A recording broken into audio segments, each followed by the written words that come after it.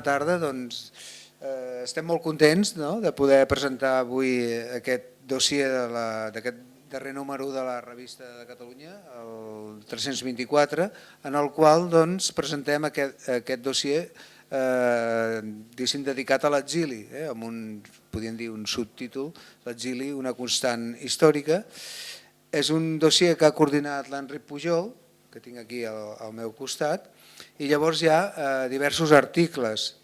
Un d'ells és de la Teresa Ferriz, que també està aquí a l'esquerra. Després hi ha l'Òscar Jané, en Narcís Celles, en Jordi Jiménez, que també és aquí, és que no el coneixia, el Jordi Jiménez, i després també hi ha un article meu, d'en Jordi Font. I aquí a la meva dreta hi ha la Lluïsa, que és la directora de la Revista de Catalunya. Llavors l'acte el que farem és obrirà la Lluïsa, la directora de la Revista de Catalunya, i llavors intervindrà l'Enric com a coordinador del dossier, llavors la Teresa, i llavors d'alguna manera establirem un diàleg entre els tres autors que avui estem aquí, i també l'Enric parlarà també dels articles dels autors que avui no estan aquí entre nosaltres. Bé, moltes gràcies per la vostra assistència i tot seguit et cedeixo la paraula, Lluïsa. Moltes gràcies, Jordi, i moltes gràcies a tothom per ser aquí. Sembla que no s'hi acaba... Potser que passeu endavant, sí. Aquí hi ha dues cadires buides, allà una altra...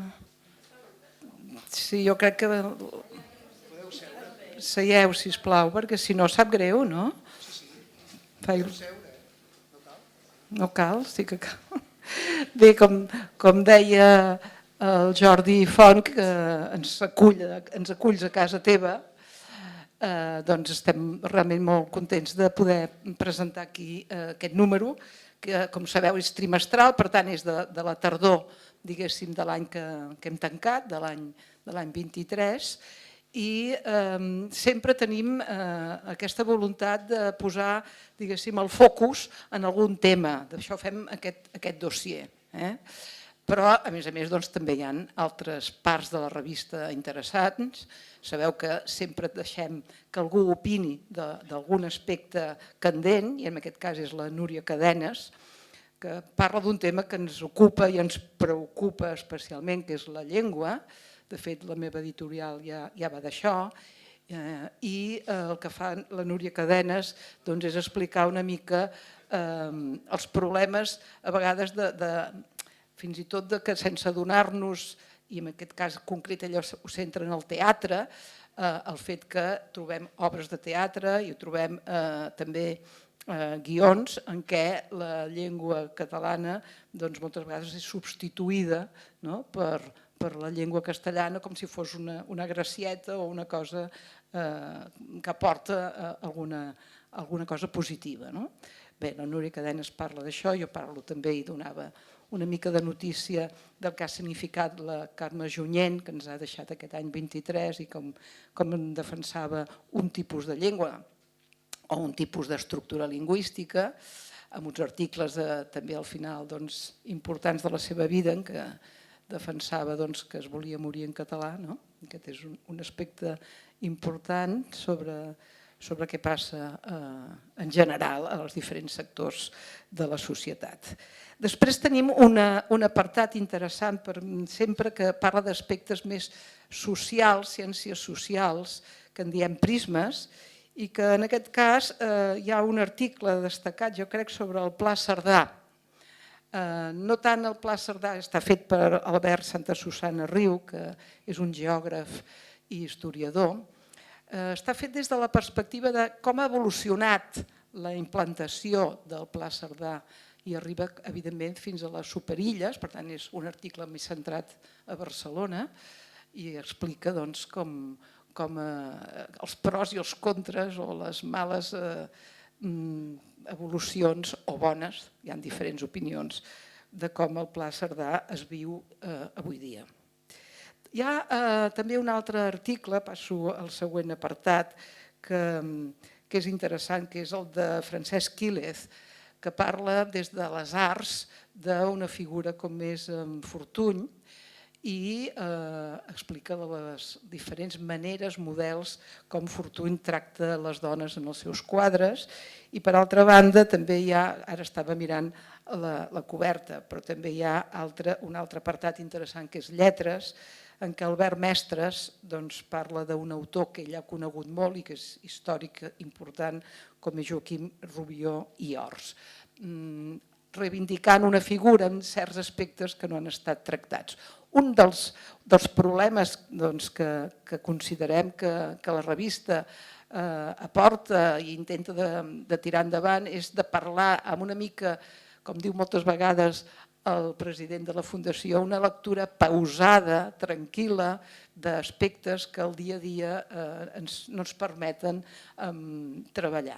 És a dir, aquests articles tan ràpids que llegim a la premsa, que llegim bàsicament a través dels telèfons o de les tauletes, doncs la revista, que també es pot comprar, com sabeu, a internet, intenta amb el paper de buscar una altra postura, un altre moment més d'una lectura pausada. I això és, evidentment, el que s'ha intentat amb aquest dossier.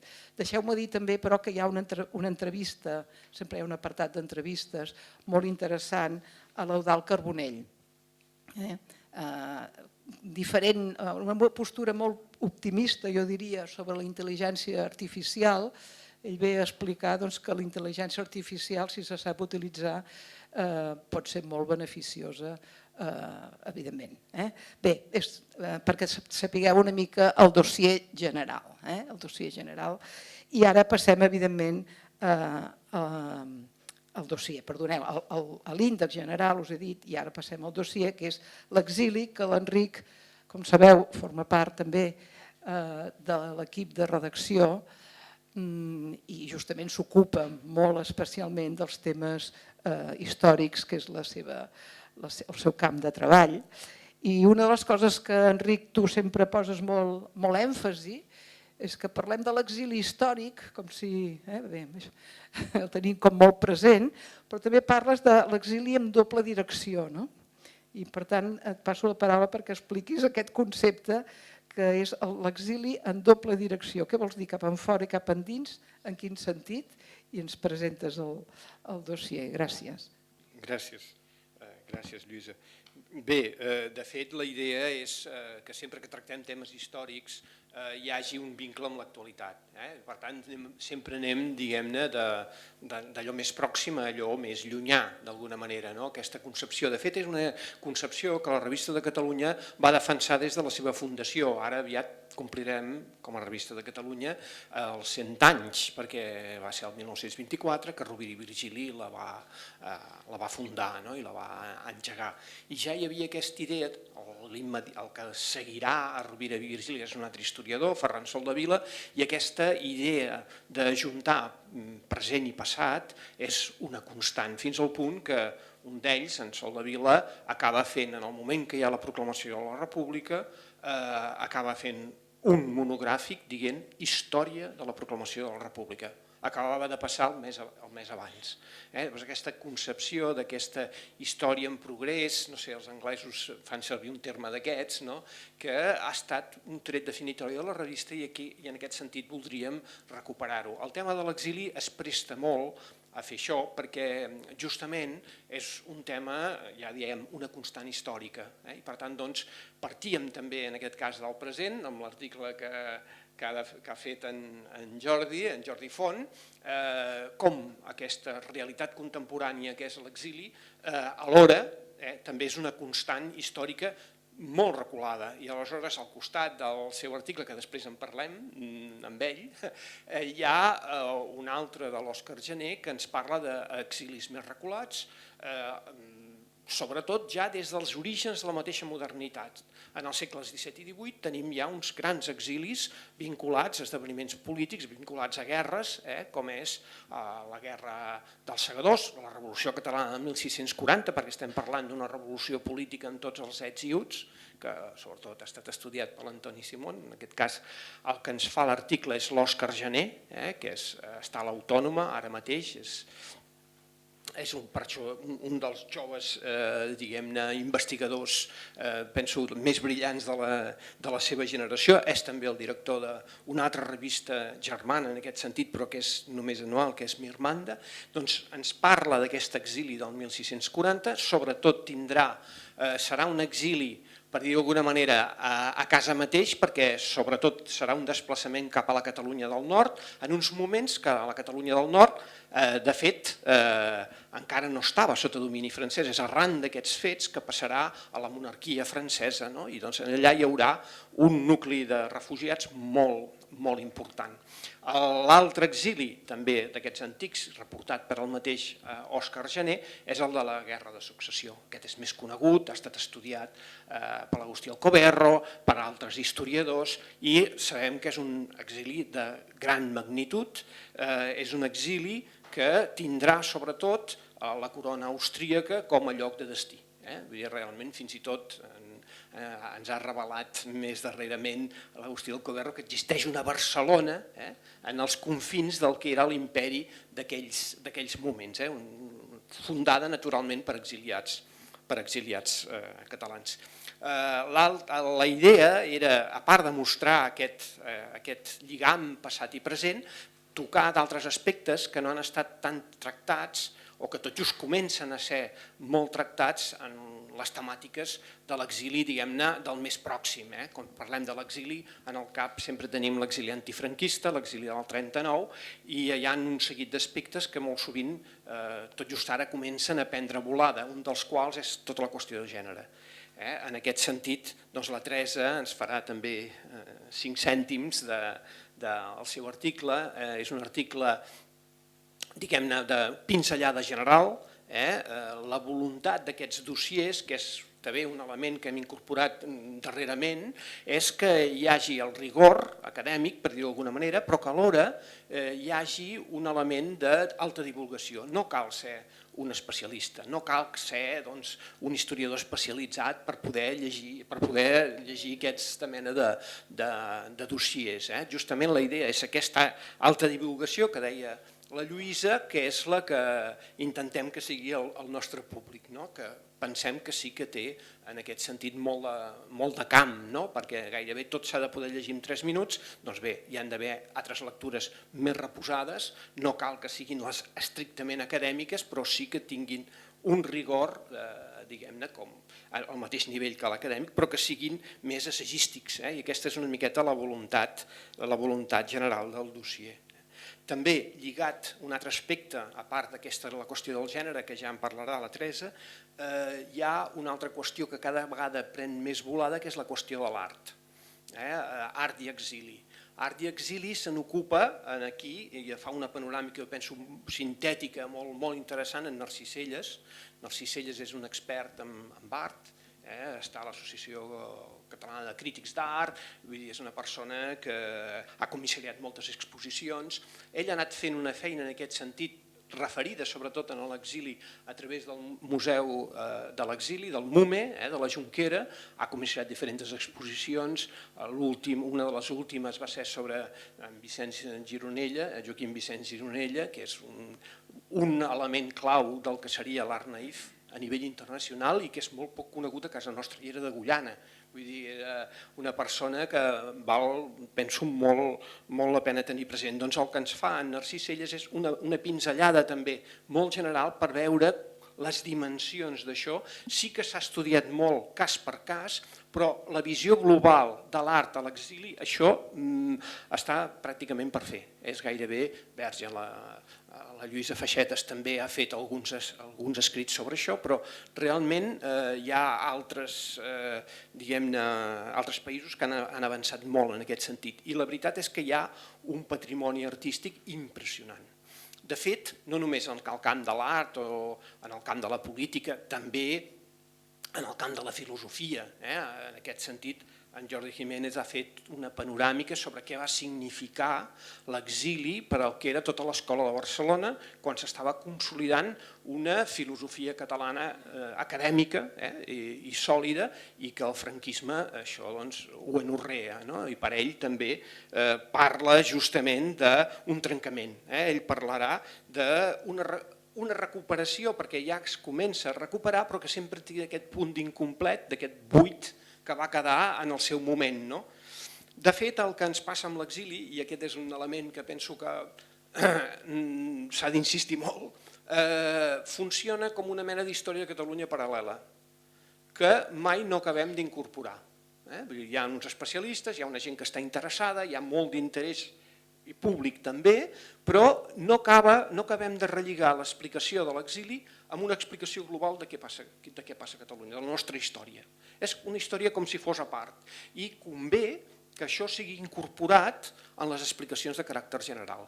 Molt sovint, quan apareix en un llibre de text l'exili, comença i acaba l'any 39.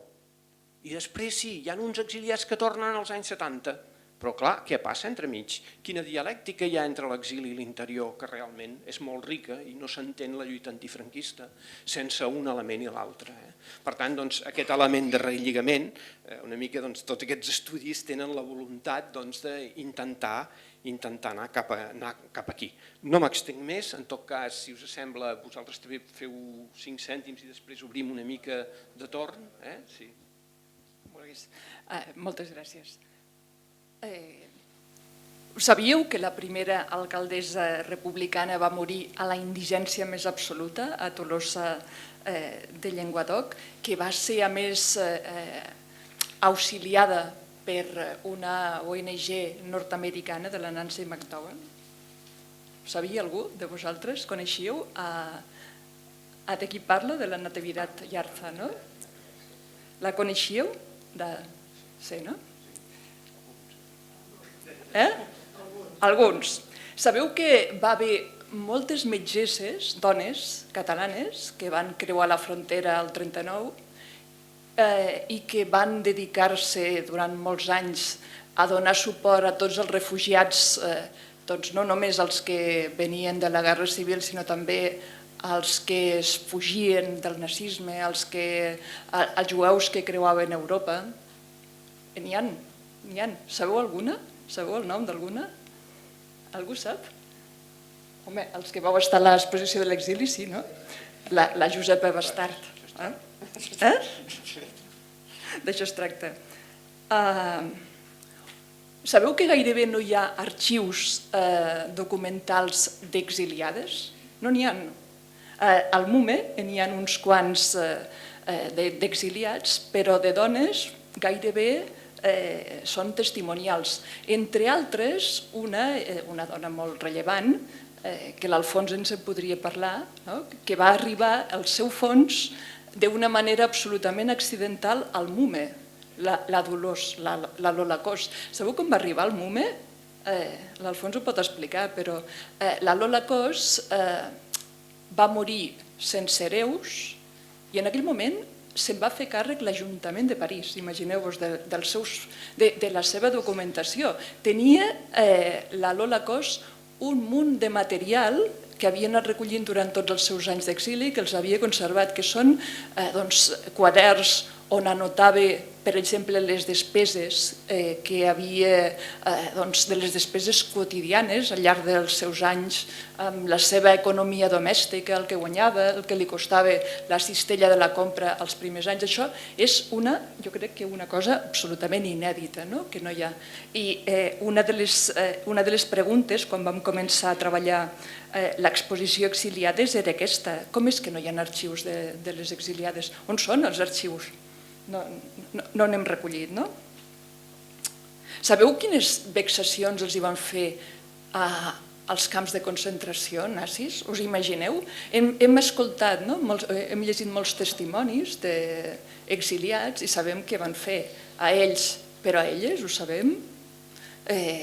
Fixeu-vos que els hi van fer el mateix que ells, però a més hi ha un altre element importantíssim, que és el de la sexualitat. Imagineu-vos les vexacions que hi havia. Jo ara no vull parlar d'això, però cada vegada s'està començant a conèixer més. Algunes grans polítiques de la República, com ara la Maria Dolors Bargalló, que havia, si ara mireu un àlbum de fotografies de la Guerra Civil i de la Generalitat durant la guerra, de qui estava en el cantó dels presidents, una de les dones que veureu més habitualment és, entre altres, clar, la Maria Dolors Bargalló, una dona brillantíssima, no? A la Unió de Dones Catalanes, una gran emprenedora.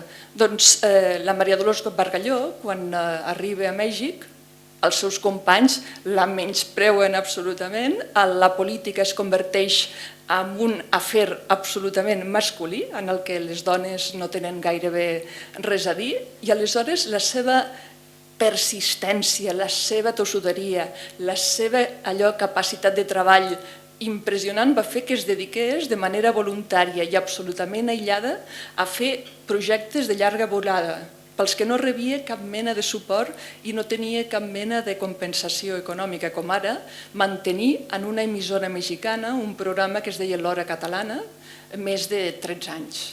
Ho va fer ella. Mentre els polítics de la seva generació es reunien en els centres de poder, perquè allí hi va haver centres de poder de l'exili a Mèxic, doncs ella anava fent com una franctiradora que era la seva l'únic espai en el que podia desenvolupar-se. A Mèxic també hi ha dones com l'Aurèlia Pijuan, que aquí la Conxita la coneix molt bé, o la coneixes, que és una de les, crec que és la primera regidora a l'Ajuntament de Lleida.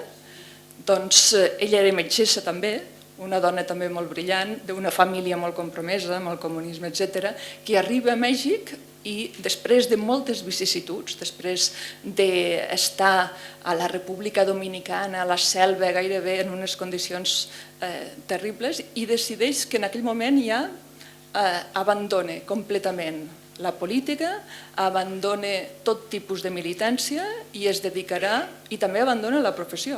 I aleshores es dedicarà a fer vida familiar amb el seu home, que és un important líder polític, com estem dient, i viurà tota la seva vida en aquest rol totalment diferent al que havia estat aquella potser visió de com s'imaginava en el futur durant la República. Hi ha una dona també extraordinària. Sabeu que dintre de tot el col·lectiu professional, el dels mestres i de les mestres potser és el més estudiat a tots els països, sobretot perquè van ser els que van tenir una menor dificultat, entre cometes, per trobar feina. Sobretot perquè els col·legis de l'exili necessitaven des del primer minut persones que formessin els seus nens, els seus nens i nenes de la comunitat.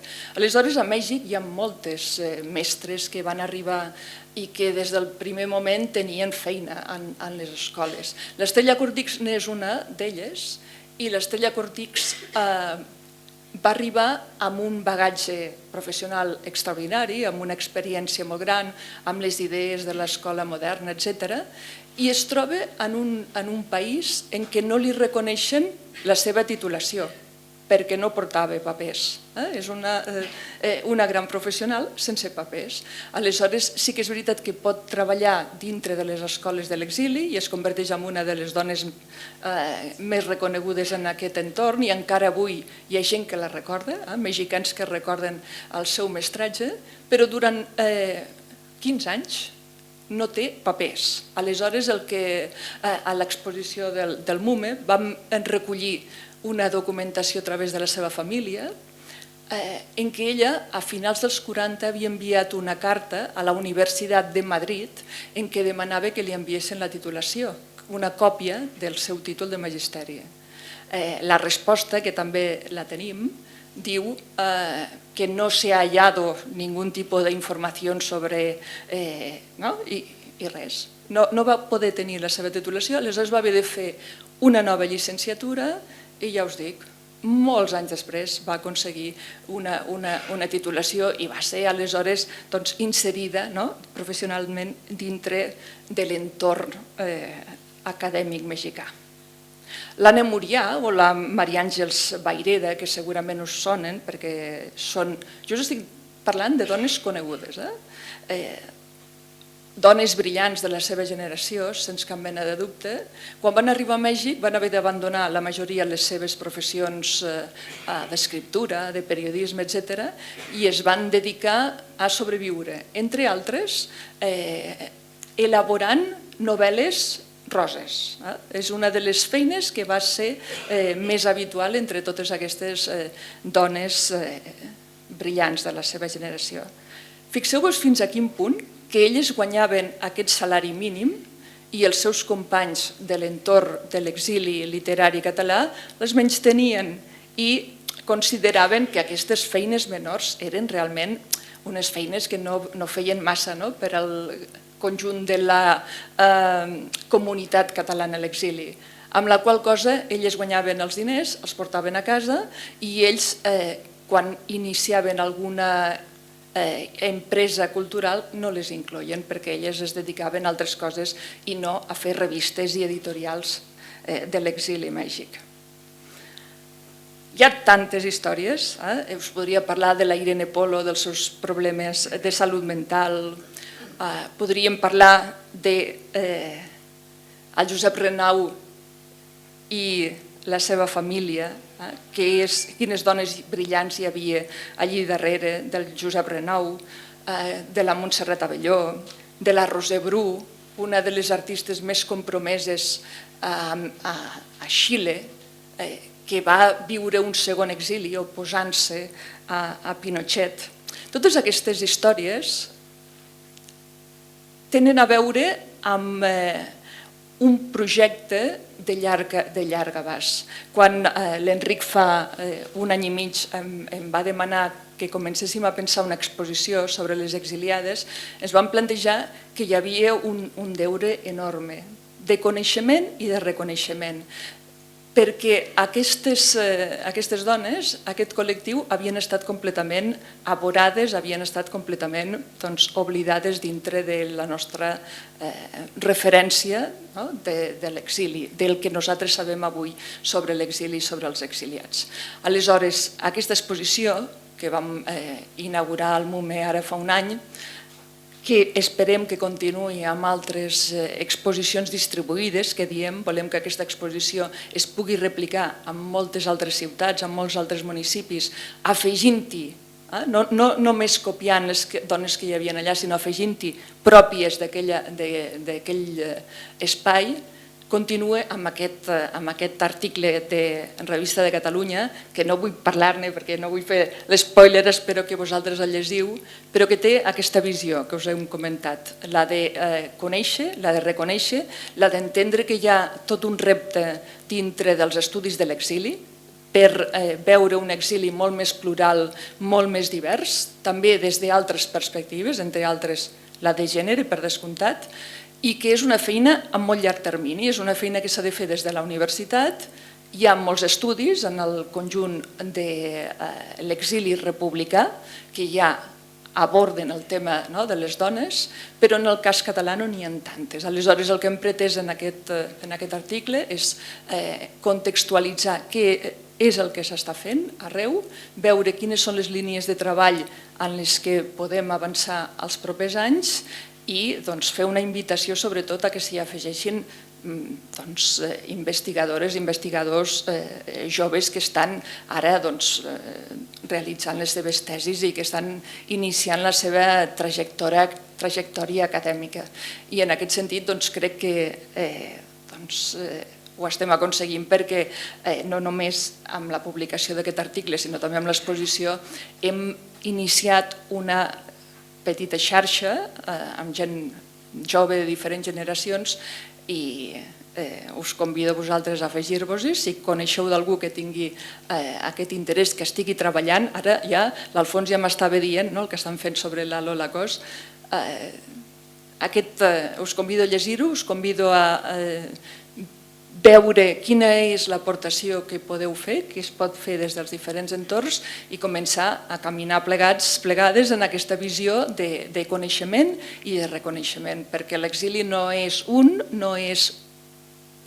d'una única manera, sinó que és molt plural, molt divers, i reconèixer totes aquestes dones crec que és un deure absolut, sobretot perquè, com diu ell, la visió des del present no la tenim en absolut resolta. És a dir, si no abordem des de la universitat, si no abordem des de l'alta investigació aquest tema, s'oblidarà completament els propers anys. Gràcies. Bé, en el meu cas és un article una mica diferent, no? De la resta, perquè d'alguna manera l'Enric em va dir que fes un article més introductori, més reflexiu, podríem dir de caire més assagístic, sobre la significació de l'exili, però sobretot l'exili situat en el segle XX i el segle XXI. Llavors aquí jo, a l'hora de plantejar-me l'article, d'alguna manera és un article que d'alguna manera ja havia, no vull dir que l'havia escrit altres vegades, però sí que ja havia pensat molt, i de fet n'havia fet algun similar, sobretot arran del meu treball com a director del Museu Memorial de l'Exili durant molts anys. De fet, amb l'Enric havíem també compartit reflexions al voltant del fenomen de l'exili, per tant té un caràcter més, podríem dir, fenomenològic, no? Sobre el concepte d'exili, i sobretot em vaig basar, podríem dir, en 2 o 3 autors, en 2 o 3 idees. Un és Edward Said, que és molt present en el meu... Edward Said era un crític palestí, un crític literari molt rellevant, molt important, i alhora també té un llibre fonamental que és Reflexions sobre l'exili, i d'alguna manera ha estat una de les fonts, podríem dir, d'inspiració de l'article. L'altre és un llibre més, una obra d'un altre historiador, Peter Burke, que també és un historiador. Ara acaben de sortir un llibre d'ell molt interessant sobre la ignorància, que és un tema molt del present, i que té un llibre que es titula Pèrdues i guanys, ho dic en català, és un llibre que està traduït al castellà, i llavors un altre autor molt present és l'Enzo Traverso. Després hi ha altres autors que apareixen en el llibre. Però sobretot això de pèrdues i guanys, i per tant el títol de l'article és de l'estranyament a l'oportunitat, l'exili als segles XX i XXI i les seves ambivalències. Per tant, plantejo l'exili com un fenomen, podríem dir, ambivalent. Ja que hem mencionat tant, hem citat tant l'Holocaust, recordo que justament quan va arribar al fons aquest al MUME, que jo era director, el que era, diguéssim, de fet te n'adones del lloc tan traumàtic que pot ser l'exili. En el cas de l'Holocaust, ella s'exilia, no recordo si tenia 30 anys aproximadament, 32 anys, no recordo, i s'exilia amb els seus pares, que tenien més de 70 anys, i se'n van a Tolosa de Llenguadoc, i allà moren els seus pares. I llavors ella, d'alguna manera, per això parlo de l'ambivalència, d'alguna manera ella, per refer-se, per això que es diu avui en dia la resiliència, escriu un conte que és un conte, podríem dir, autobiogràfic, on explica el que li ha passat a l'exili a ella i als seus pares. I, per tant, la tesi del meu article és això, l'exili com un lloc ambivalent, un lloc alhora traumàtic, molt traumàtic, i llavors vaig, diguéssim, citant diversos autors, des de Arthur Koestler, que té també un llibre fantàstic sobre la seva estada en el camp de... És el camp de Bram o del Vernet? Ara no recordo. Que és un llibre també fantàstic i justament... Esclar, Arthur Koestler, que havia estat a la guerra d'Espanya, fins i tot havia estat condenat a mort quan va ser detingut a Màlaga, amb l'ocupació de l'exèrcit franquista de Màlaga. Llavors ell finalment va ser alliberat, passa a França i diu... Ell retrata... D'alguna manera ell no pot tornar a Alemanya, no pot tornar, i en aquell moment ell està a França i ell diu que l'exili és un lloc realment d'exclusió, i una prova que evidenciava, ell diu, és més, ell diu en el seu relat autobiogràfic, diu la primera cosa que va fer França en la seva oposició al nazisme, la França encara republicana, Ell diu, fou la creació de recintes d'exclusió en què les persones vivien en condicions humiliants. O sigui, el primer que ja fa, ja en el mateix finals del 38, ja comença a construir camps de concentració, no? Que després a França no admeten que es digui camp de concentració, en diuen camps d'internament o camps de refugiats, etc. I sobretot el que intento és mostrar també, hi ha un altre apartat a l'article, és l'exili com a zeitgeist, aquesta paraula alemanya que vol dir esperit d'una època. Sobretot considero, de fet és una tesis, podríem dir, de l'exposició permanent del MUME, l'exili com un dels grans fenòmens de la contemporaneïtat, que seria que d'alguna manera sí que l'Òscar Jané està parlant d'exilis que potser són molt més importants dels que hem considerat fins ara, que són exilis també polítics, els de l'època moderna, però que moltes vegades els havíem associat sobretot a guerres de religió, que alhora també eren polítiques. Això és evident en els segles XVII, sobretot, XVIII, però sobretot Peter Burke diu que els grans exilis comencen després de la Revolució Francesa.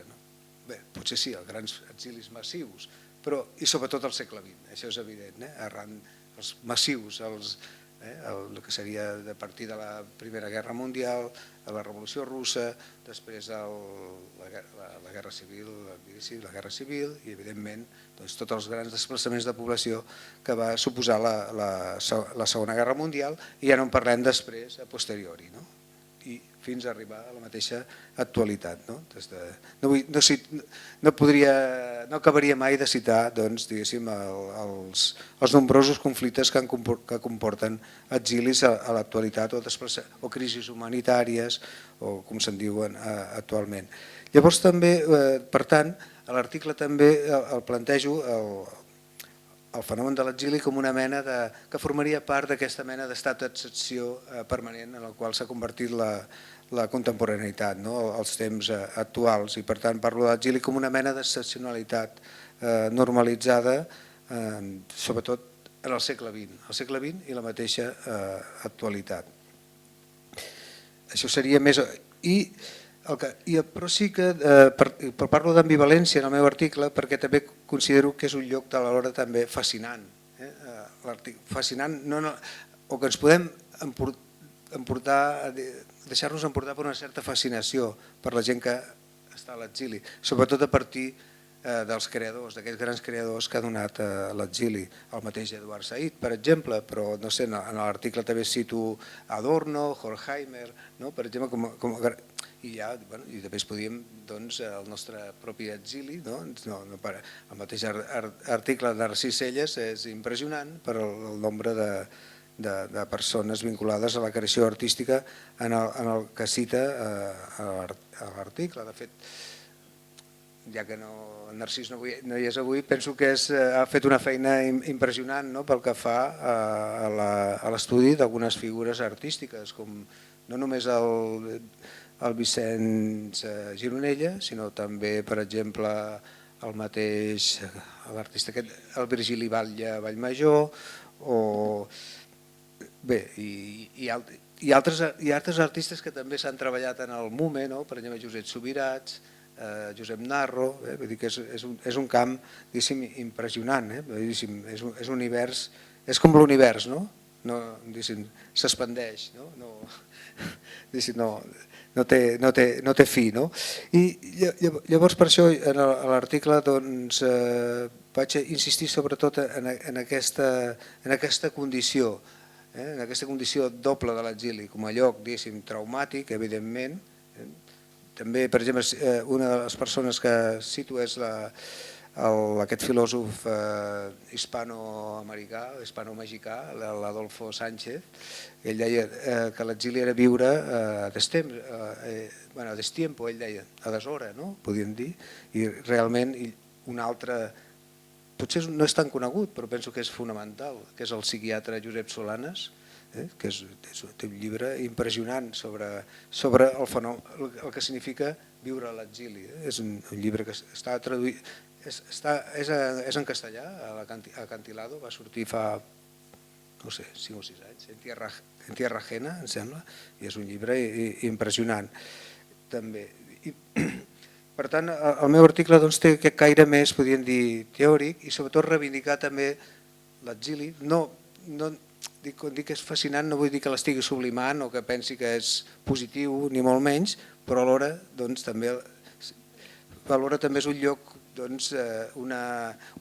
d'oportunitat, que se'n fa de necessitat virtut. I en molts casos, com deia l'Enric, hi ha tota una història paral·lela, que potser no és tan paral·lela, sinó que forma part d'aquesta història global, en el cas del nostre país, però no només del nostre país, en global. La història europea del segle XX seria, en aquest cas, l'exili té un lloc preeminent. I llavors també, ja per acabar, hi ha una altra qüestió que també penso que és molt rellevant, és la vinculació de l'exili amb la resistència i la memòria. En molts casos, en el cas nostre és evident, sense la tasca que es fa a l'exili, la mateixa institució de la Generalitat potser no existiria, però va més enllà, o la cultura, o la llengua, és un lloc en aquest sentit importantíssim, i per tant també de l'exili podríem dir que és una peça essencial en les polítiques públiques de memòria. Ja que estem avui aquí al Memorial Democràtic, ho he de també reivindicar. Bé, aquest seria un resum molt ràpid del que intento exposar en el meu article. Gràcies per les vostres exposicions. No és que jo m'han vingut al cap 2 o 3 preguntes. Clar, jo sí que he llegit a fons els articles, i vull dir que estic amb avantatge, i hi ha una diferència realment important en les posicions que podeu explicar vosaltres, perquè hi ha un relat d'anys, encara que diguis que sigui un relat, diguéssim, discontinu, encara que sigui un relat interromput, però hi ha un relat en què els homes expliquen l'exili, mentre que pel que fa a les dones és un terreny pràcticament verge, com s'ha vist molt bé amb la teva exposició, Teresa. Per tant, sí que tenim alguna cosa, que coneixem d'alguns camps i d'alguna cosa, però molt poc. Aleshores, clar, tenia una pregunta per tu, Teresa, fins a quin punt esteu podent articular, perquè ara esteu composant les bases de noms i dates i llocs, perquè has parlat molt de Mèxic, potser hi ha també altres llocs que es poden punxar, evidentment França, però alguns altres llocs. Després tinc altres preguntes i altres coses, com per exemple has explicat l'oportunitat. No puc deixar de dir que, esclar, has parlat de la Roser Bru. La Roser Bru era molt amiga de la Montserrat Abelló, que va estar 20 anys i es van fer molt amigues allà a Xile, i la Montserrat Abelló deia que havien sigut 20 anys de vacances, per dir-ho d'alguna manera, perquè allà es van casar, van tenir fills, van viure bé, van viure amb la intel·lectualitat de Xile, perquè tenien una sèrie de possibilitats. Per tant, també en el cas de les dones hi ha unes diferències molt importants entre uns i altres. No sé si tot això és clar, estic demanant moltes coses, però alguna cosa podem explicar. Gràcies. Aquí es tracta de parlar entre tots, entre totes. Sí que és veritat que parlàvem en l'article, ho veureu, Mèxic és l'espai que coneixem més, perquè és on hi ha hagut més recerca, on s'ha fet molta més investigació. I en el cas de les dones hi ha algunes fonts documentals fonamentals, com ara el fons aquest de l'arxiu oral que va promoure la Dolores Pla a l'INA, l'Institut Nacional d'Antropologia i Història, que són uns enregistraments extraordinaris d'històries de vida amb una gran profunditat. Elles que com a antropòlogues pioneres en aquest àmbit sabien molt bé fer-ho, i això va ser un projecte enorme en el que nosaltres ara estem treballant, veient totes aquestes entrevistes de les dones. Jo m'he focalitzat en les catalanes, i hi ha una quantitat de treball ja fet, almenys des del punt de vista de font documental. A França, què t'he d'explicar? Si això ho coneix amb l'Enric i vosaltres, tota l'època que heu estat treballant en el MUME, és el gran territori que encara, en l'article jo li he posat les sense nom, exiliades les sense nom, perquè és que a França no tenen nom encara, si s'estan fent moltíssimes recerques.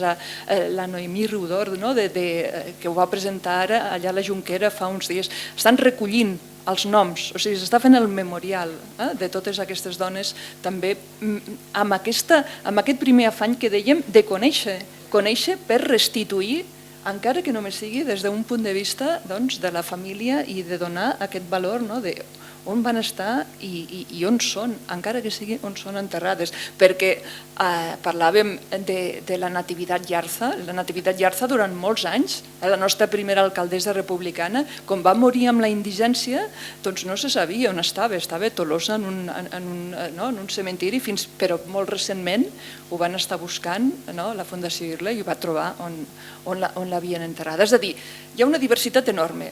Què et vull dir amb això? Que no es pot, jo crec que ara, en el moment en què estem i en el moment en què també hem de ser conscients de quin és el paper, que diu ell, de l'exili en la nostra historiografia, això no es podrà treballar a la universitat de manera exhaustiva, ni molt menys. S'ha de treballar des de molts enfocaments diversos, l'alta divulgació, com diu l'Enric, i també, per què no, l'espai de la creació. Ara, al centre de Barcelona hi ha una obra, Winnipeg, en què ahir una de les, fixeu-vos, una de les exiliades que va arribar a Xile, a Valparaíso, amb el gran vaixell que havia estat patrocinat, entre altres, per el Neruda, doncs està aquí a Barcelona i ahir a la nit va fer un diàleg amb totes les persones que havien assistit en el debat. És a dir, que hi són, és impressionant. I a més, això després of the record, si voleu us ho expliquem, perquè el Josep Lluís hi va estar i van sorgir en aquell moment moltes històries personals. Per tant, què et vull dir? Hi ha espais en què tenim fonts d'informació en què podem avançar, i aquí hi ha molt material i molta documentació i una feina per exhaustivament treballar des de la universitat. D'altres s'estarà fent aquesta feina d'alta divulgació. És molt important el tema dels arxius. Considero que en els propers anys hauríem de recuperar com a mínim els que puguem, i aquí teniu les referències del MUM, etc., o sigui, en la mesura en què es pugui, i a partir d'aquí també des de les creativitats, etc. No sé si t'he contestat, perquè hi ha tantes coses, però... Sí, una cosa és que, esclar, el que hem fet en la revista ha estat treballar sobretot allò que vèiem que hi havia buidors, però s'ha fet molta feina en el cas de l'exili. És que ara veig en Jordi Manent, clar, el paper de l'Albert Manent, Rafael Tasis, la gent que sí que va recompondre el que va ser una visió literària, però és que això que en aquest camp era tan clar, perquè justament si aquí el franquisme havia oprimit el que era la llengua i en allà es podia tenir un desenvolupament, doncs realment era una qüestió fonamental. Per això, diguem-ne, s'ha avançat molt més en el que serien els estudis literaris, per dir d'alguna manera, que no en d'altres àmbits. Llavors, realment sí que hi ha hagut, en aquests àmbits, un avenç i hi ha una continuïtat. Realment...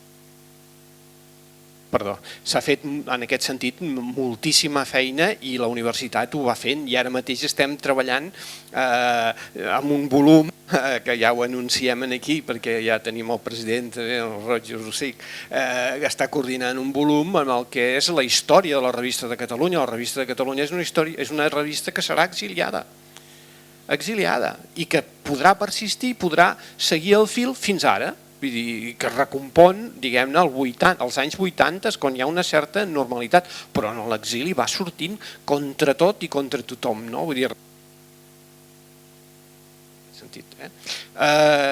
Vaja, era... El que hem denunciat, per d'alguna manera, o explicitat, eren les buidors, però realment sí que s'ha fet molta feina i que se n'està fent moltíssima. Ara, dins d'aquestes buidors n'hi ha una encara espectacular, que és França. O sigui, tot el que és la República Francesa és immens. Com que és tan immens, els investigadors, què fem? Doncs normalment agafem coses que puguem abastar. Doncs que a Mèxic hi ha hagut gent en allà que hi ha treballat, gent d'aquí que hi ha treballat, que era una cosa més abastable i per això hem avançat, diguem, hem avançat més. Hi ha hagut també el Col·legi de Jalisco, hi ha hagut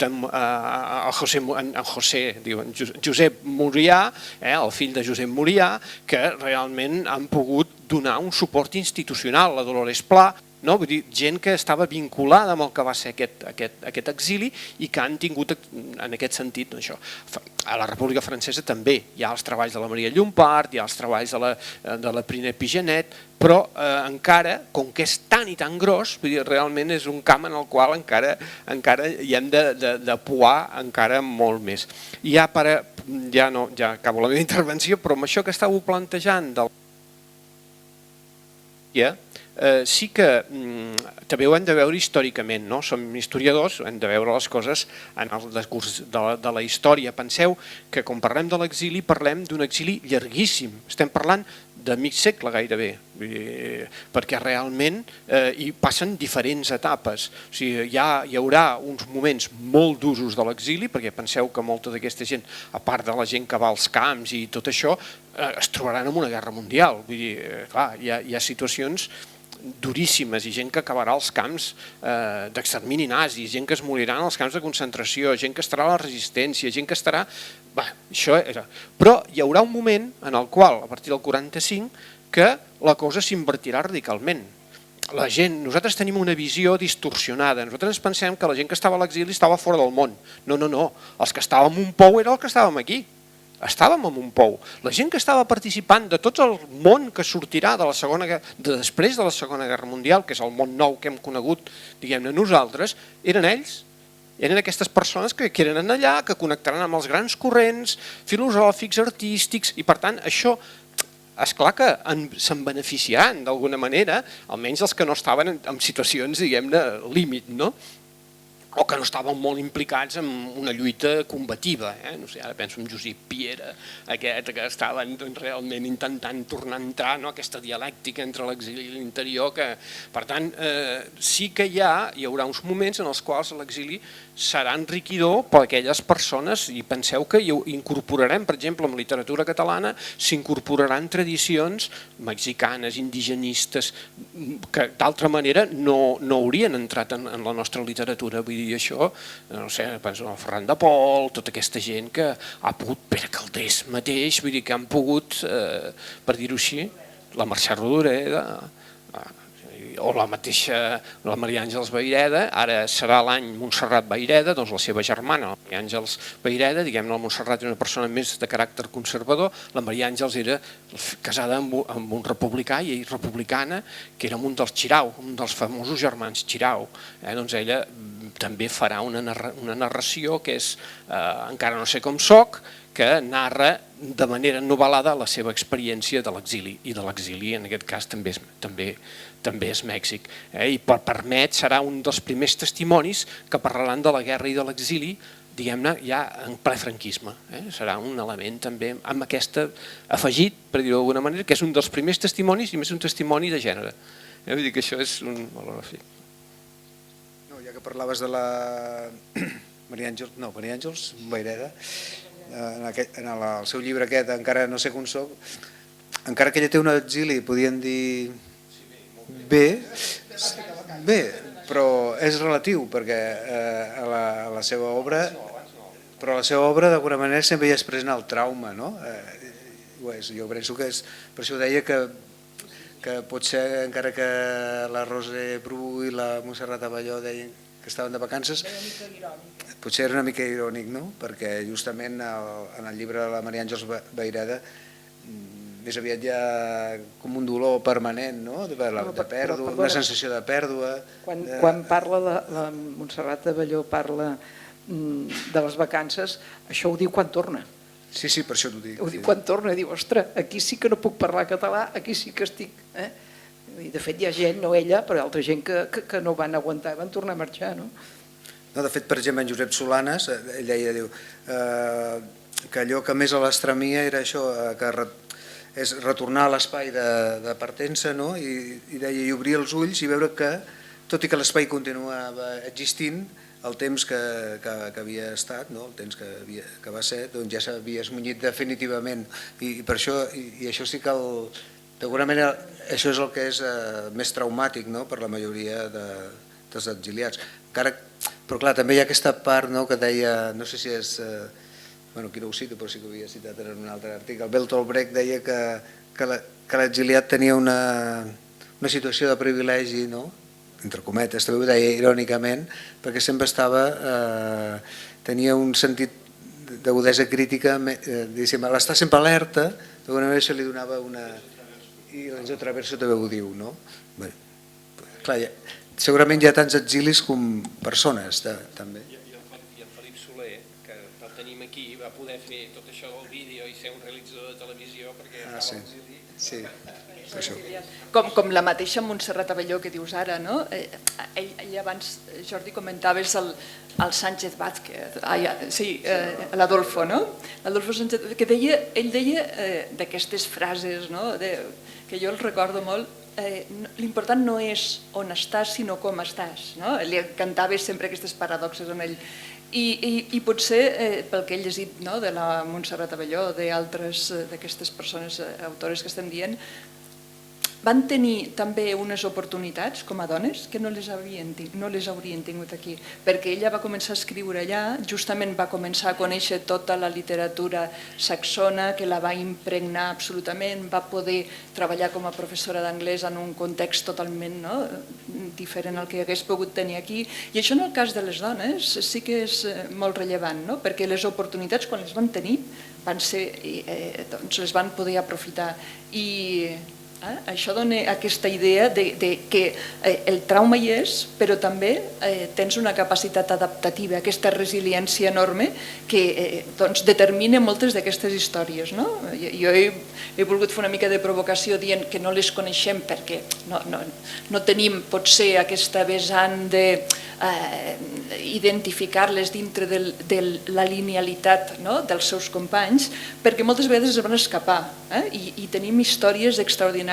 Jo abans he dit molt provocativament al Renau i no he citat la Manuela Ballester. La Manuela Ballester al final va ser una dona brillantíssima, molt més enllà del seu company, amb unes condicions de context, de tot l'entorn del muralisme, etc., que la va impregnar amb unes referències i amb un mestratge que no hauria pogut tenir estan aquí. Per tant, sí, és veritat, hi ha tantes, és tan polièdric.